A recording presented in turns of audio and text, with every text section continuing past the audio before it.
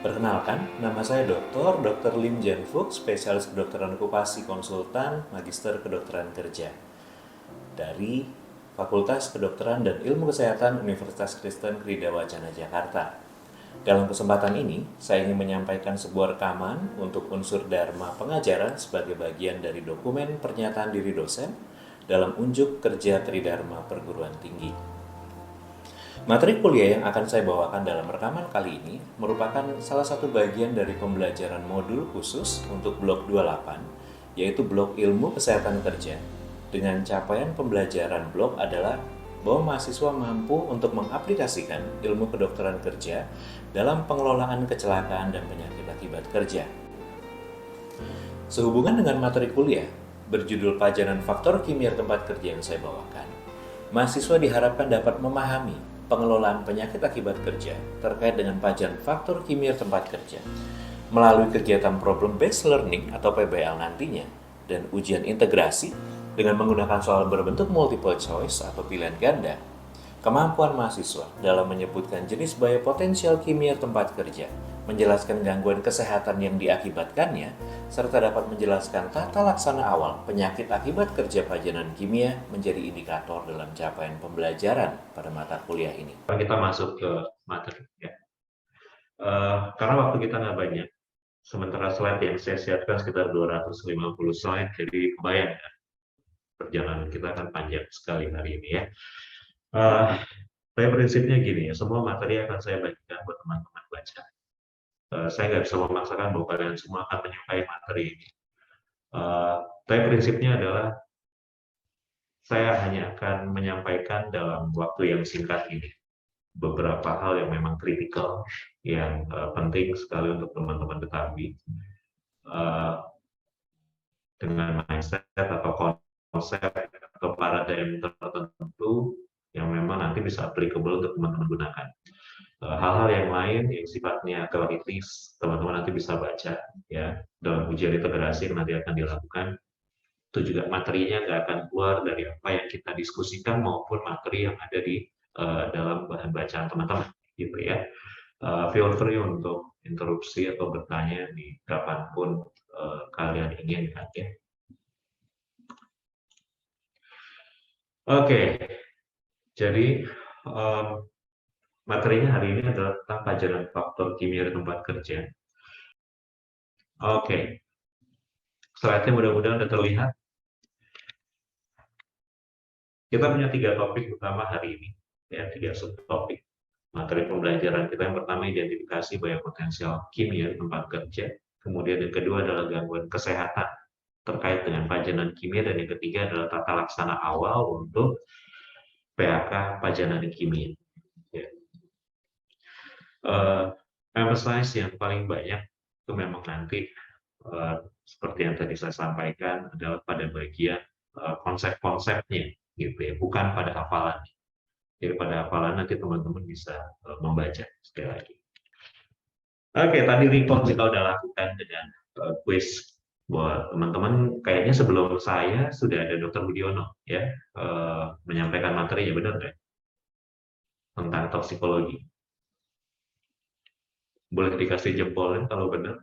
Ping. Ya, kita ketahui bahwa sampai saat ini ya, paling yang saya ketahui nggak ada tempat kerja yang nggak ada bahaya potensial. Ada 5 kelompok bahaya potensial yang kita ketahui saat ini. Kelompok fisika, kimia, biologi, ekonomi, dan psikososial. Ya, jadi name it. Apapun tempat kerjanya semua ada bahayanya. Seperti yang teman-teman lihat di sini, ada uap. Ya, kita bisa lihat ini tukang las atau nanti juga ada aktivitas menggerinda bagian atas ini misalkan. Ya. Ada yang nyemprot bahan kimia, pestisida, ada tukang listrik yang bekerja dengan ketinggian, dan seterusnya. Jadi ada 5 kelompok pajanan potensial tempat kerja. Nah, kenapa di awal ini kita membahas mengenai identifikasi bahaya potensial? Ya, nah identifikasi bahaya potensial sendiri itu sebenarnya adalah bagian dari yang namanya health risk assessment atau HRA. Pertanyaannya adalah ngapain sih ngerjain HRA? Gitu ya.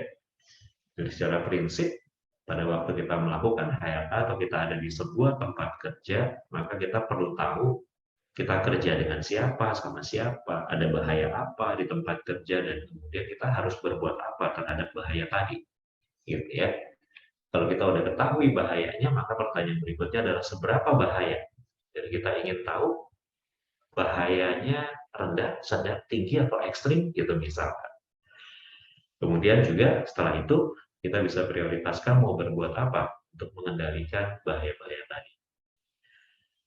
Prinsipnya adalah bahwa bahaya itu akan selalu ada, tapi bahaya yang bisa kita hadapi di pekerjaan itu adalah bahaya-bahaya terkendali, gitu ya.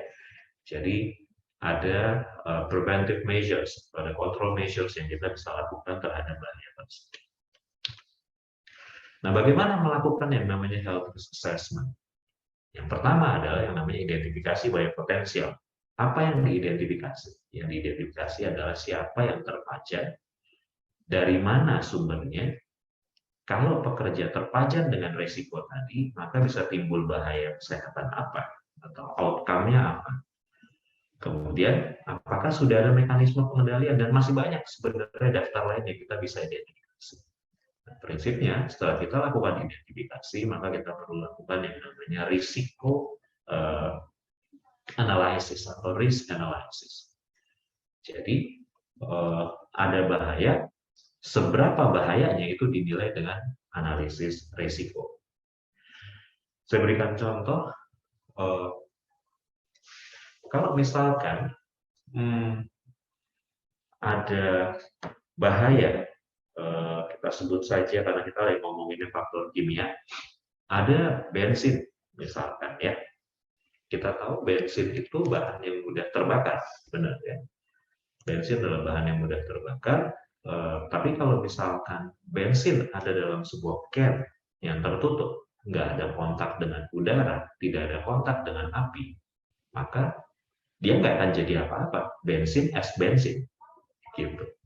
Jadi bahayanya hanya kalau misalkan bensin tadi misalkan dibuka, kontak dengan udara, kontak dengan api, dia flammable, dia bisa terbakar. Gitu kira-kira. Jadi ada sumber bahaya, belum tentu menimbulkan efek yang tidak diinginkan. Itu yang kita sebut sebagai hasil identifikasi, perlu kita lakukan analisis risiko. Nah, dalam analisis risiko ini kita akan menilai besar pajanan tadi itu dengan beberapa faktor ya. Ada durasinya, berapa lama dia terekspos, seberapa sering dia terekspos frekuensinya, kemudian kuantitasnya, seberapa banyak dia memajani. Nanti di belakang dalam risk konsep kita akan bicara tentang ini. Kemudian juga kalau teman-teman sudah lihat jadwal, nanti ada flight survey ya, Dr. Yusuf akan menjelaskan tentang risk matrix. Jadi ada consequence dan ada likelihood. Itulah yang kita sebut nanti sebagai risk analysis. Dan terakhir tentunya adalah evaluasi risiko. Bahwa risiko yang hasil perhitungan tadi bisa kita terima atau tidak, atau kita harus turunkan sampai ke level mana. Ya. Oke, nah ini semua teori teman-teman. Jadi saya ingin mengajak teman-teman untuk bisa membayangkan bahwa identifikasi bahaya potensial itu adalah kita cuma pengen tahu ada bahaya apa di satu tempat atau lokasi atau area tertentu, ya, yang mungkin berhubungan dengan gangguan kesehatan atau meningkatkan insiden gangguan kesehatan tertentu. Ya, contoh, kenapa ya di satu tempat yang ini pekerjanya semua kulitnya gatal-gatal pada tangan, misalkan. Ternyata setelah kita evaluasi orang ini bekerja dengan apa, ternyata orang ini bekerja menggunakan cairan untuk membersihkan perlengkapan tertentu dengan bahan-bahan kimia yang sifatnya iritan, gitu ya.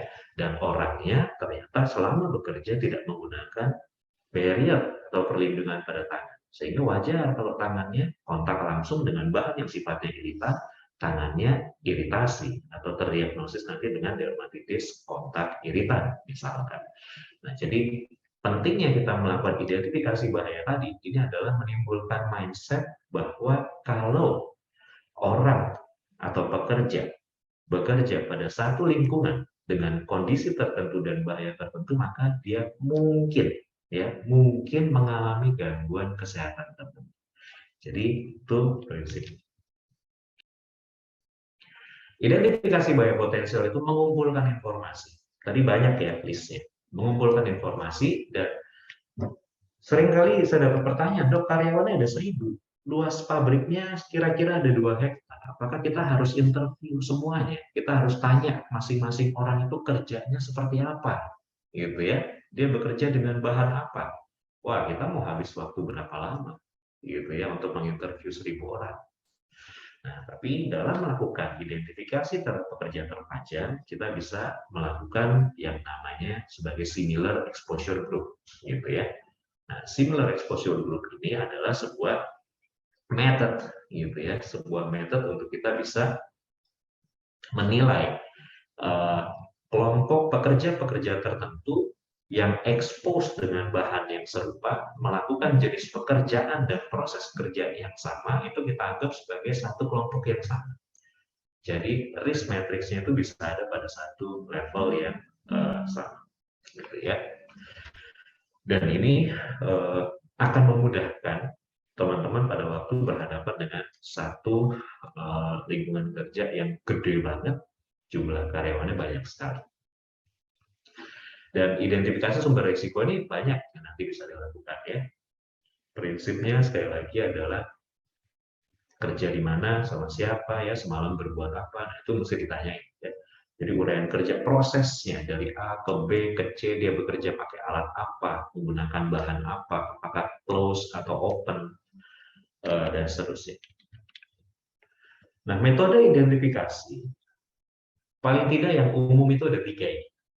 Ada yang kita kenal sebagai walkthrough survey, ya, datang, lihat, jalan, keliling-keliling gitu, itu walkthrough survey. Jadi kita lakukan survei secara langsung. Ada juga yang namanya wawancara. Kemudian yang ketiga desktop analysis, ya, atau melihat review data. Kombinasi dari ketiganya ini paling sering dilakukan.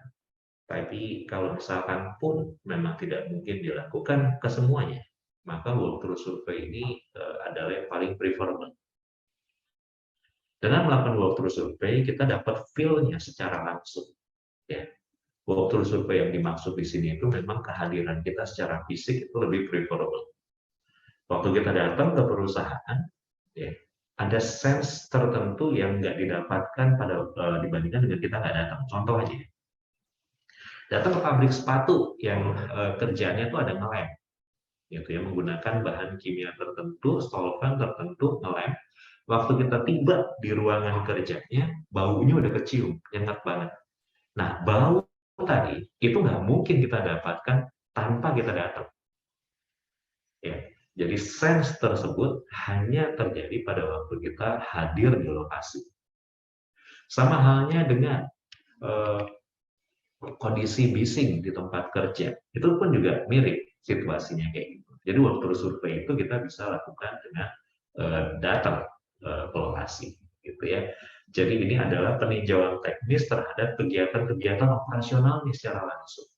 Dalam satu siklus kita bisa lihat ngapain sih orang ini, bagaimana cara dia mencuci peralatan misalnya, bagaimana cara dia melakukan kegiatan menyemprotnya misalnya, atau bagaimana cara dia melakukan kegiatan menuang dan seterusnya. Itu waktu survei kita kerjakan.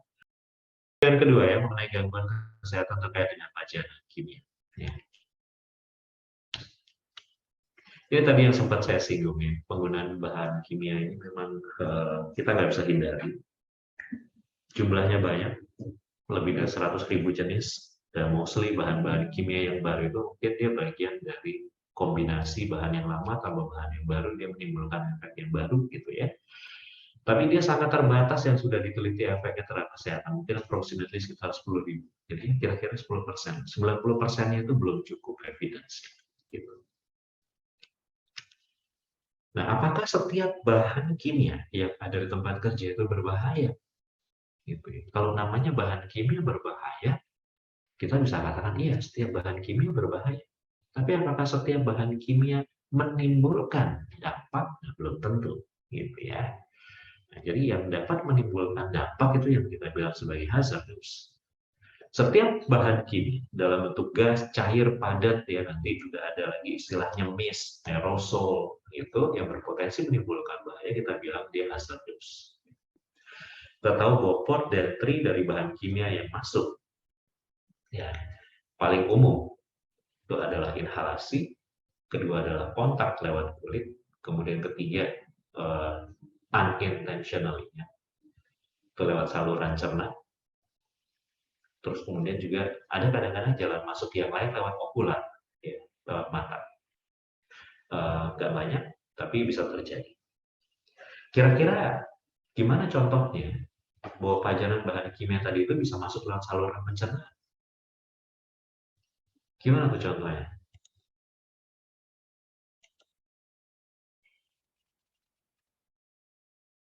Melinda.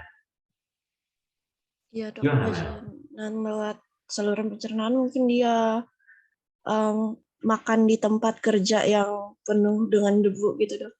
Terus debunya nempel di makanan. Oke, ya itu contoh yang menarik ya, bisa ya.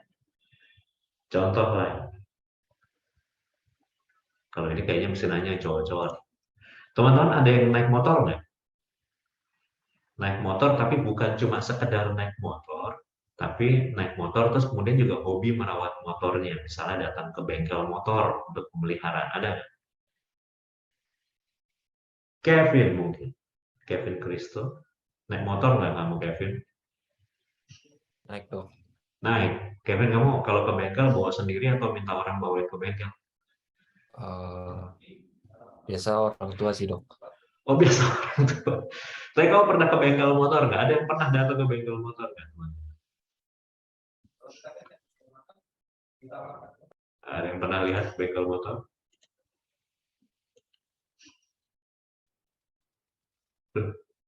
Felix Barata. Coba saya lihat dulu nih wajahnya Felix. Felix, Ya, kau pernah lihat bengkel motor nggak? Aktivitas di bengkel motor nggak?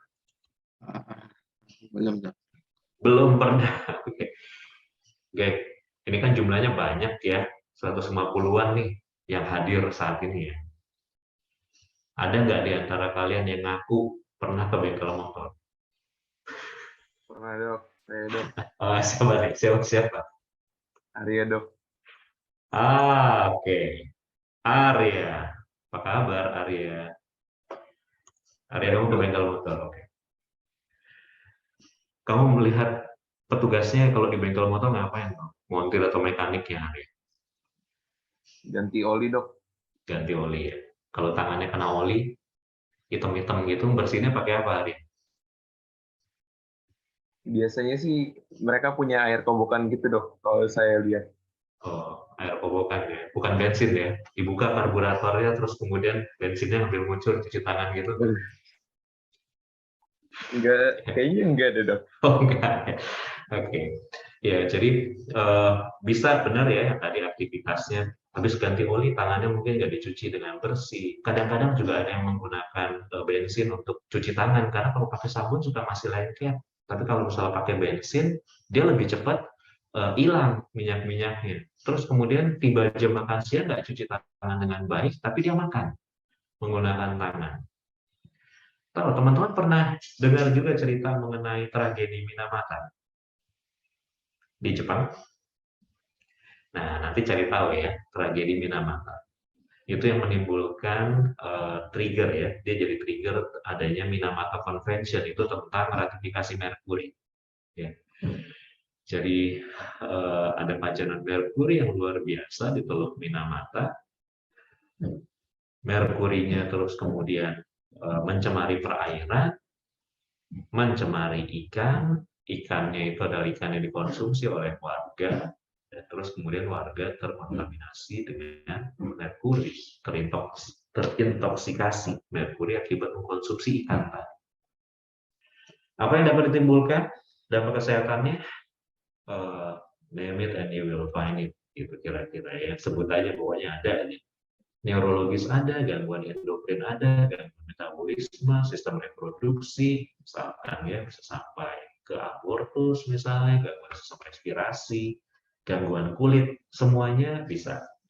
Nah, khusus yang terkait dengan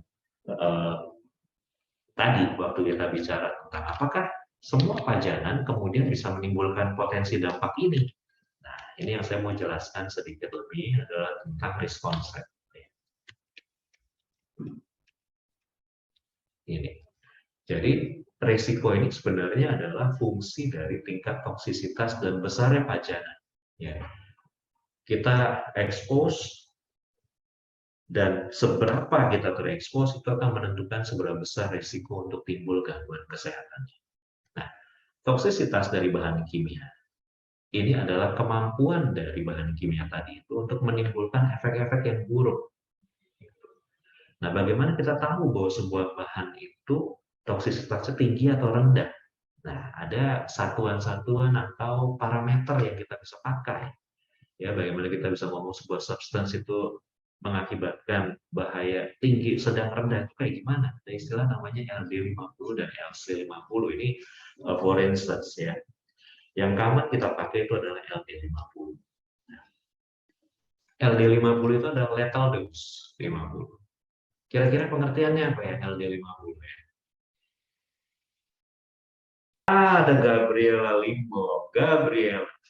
Gaby, selamat pagi.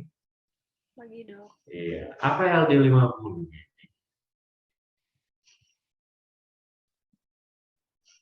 Mungkin konsentrasi yang kalau diberikan dalam waktu 24 jam itu bisa mengakibatkan 50% terkena dari pajanan tersebut.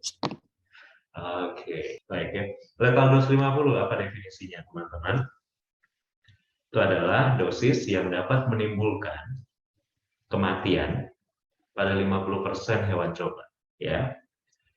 Jadi, apa bedanya dengan lethal concentration LC50, teman-teman? Apa bedanya? Kalau LD50 biasanya diapain, kalau LC50 biasanya diapain?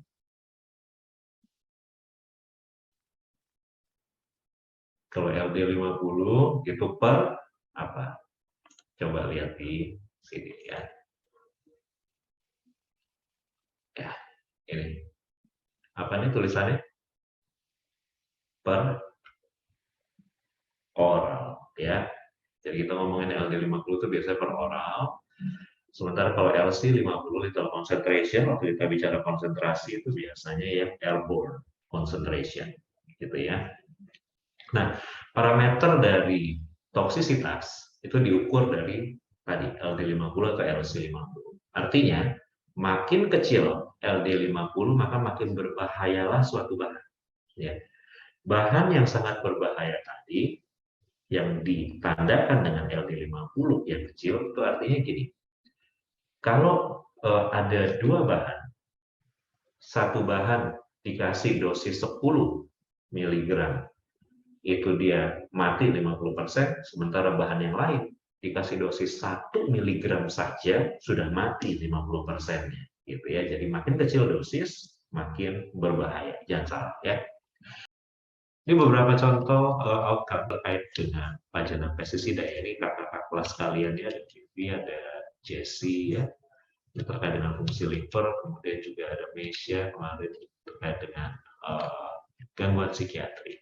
Oke, kita lanjut ya. Kita lanjut sedikit lagi tentang pengelolaan kesehatan pekerja dengan pajanan kimia ya.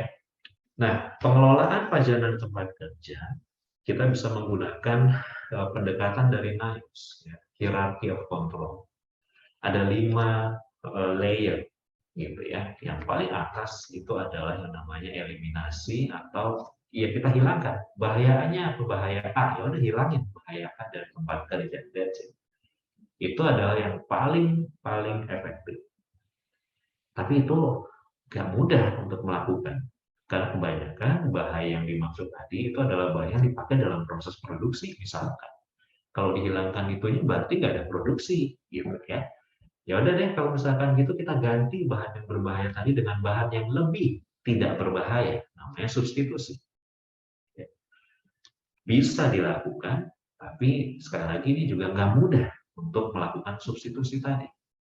Biasanya substitusi ini nanti butuh effort yang besar, misalkan untuk terkait dengan pengembangan, terkait dengan penelitian sebelumnya, apakah match atau tidak dengan proses produksi yang sekarang, apakah ada pengaruh terhadap proses kerja, dan seterusnya. Belum lagi masalah biaya yang cukup besar. Kemudian berikutnya adalah terkait dengan kontrol teknik, ya, engineering control. Prinsip dari engineering control ini adalah bahwa ada pajanan, ada pekerja, maka dibuat barrier di tengah-tengah supaya pajanan dan pekerja tidak berkontak. Engineering control. Jadi kalau misalkan teman-teman bisa membayangkan bahwa saya ini tukang cat gitu ya, maka yang ngecat tangannya aja gitu. Di sininya itu ada barrier sehingga saya tidak menghirup uap cat. Jadi ini tempat yang sama sekali tertutup. Barang yang dicat ada di ruangan sebelah, tangan saya aja yang masuk untuk ngecat. Itu engineering control, misalkan. Ada lagi yang namanya administrative control, di mana di sini kalau penjelasannya itu adalah change the way people work. Ya. Kita kasih tahu karyawannya bagaimana cara mereka bekerja dengan baik, cara bekerja dengan sehat, cara bekerja dengan aman. Kita kasih signage bahwa di sini ada bahaya seperti ini, jadi kamu harus melakukan pekerjaanmu dengan literally caranya begitu. Kita batasi jam kerjanya. Kalau teman-teman ingat tadi ada konsep mengenai TLV, gitu ya. Kita batasi jam kerja, misalnya jangan 8 jam, gitu, tapi 4 jam saja karena exposure yang ada di tempat kerjanya sekian ppm. Atau misalnya nggak boleh kerja di situ lebih dari 15 menit karena melebihi stel, contoh. Ya. Dan terakhir itu adalah penggunaan alat pelindung diri. Ini adalah yang least efektif. Jadi kita menggunakan alat pelindung diri. Kalau ada bahaya potensial pernafasan, pakai respirator, pakai masker, pakai yang ada cartridge yang sesuai. Kalau ada misalkan yang terkait dengan kemungkinan ya ocular exposure, pakai goggles misalnya. Saya mau remind teman-teman bahwa dalam pelaksanaan atau tata laksana awal ya terkait dengan pelajaran kimia, kita akan jatuh pada bagian ini, gitu ya, diagnosis okupasi yang harus dilakukan. Ya. Langkahnya sama, tapi nanti diagnosis klinis dan pajanan tempat kerjanya akan berbeda antara satu jenis pajanan dengan pajanan yang lain, gitu ya. Karena disease-nya memang beda. Tapi konsep pelaksanaannya ini mungkin sudah dijelaskan oleh Dr. Yospin atau Dr. Susanti, mungkin mengenai 7 langkah diagnosisnya itu sama-sama. Gitu ya. Jadi sampai di sini, apakah ada yang ingin ditanyakan oleh Anda sekalian? Sebelum kita masuk ke kuis berikutnya, dan saya ingin pastikan bahwa Anda menuliskan nama sesungguhnya beserta dengan NIM dalam kuis tersebut.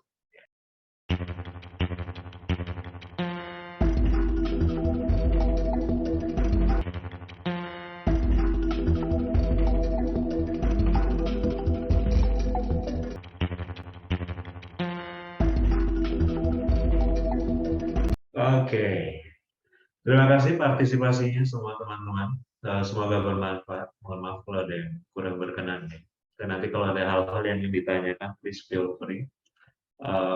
Saya juga akan sertakan di sini materi presentasi hari ini ya. Ini saya put di chat ya.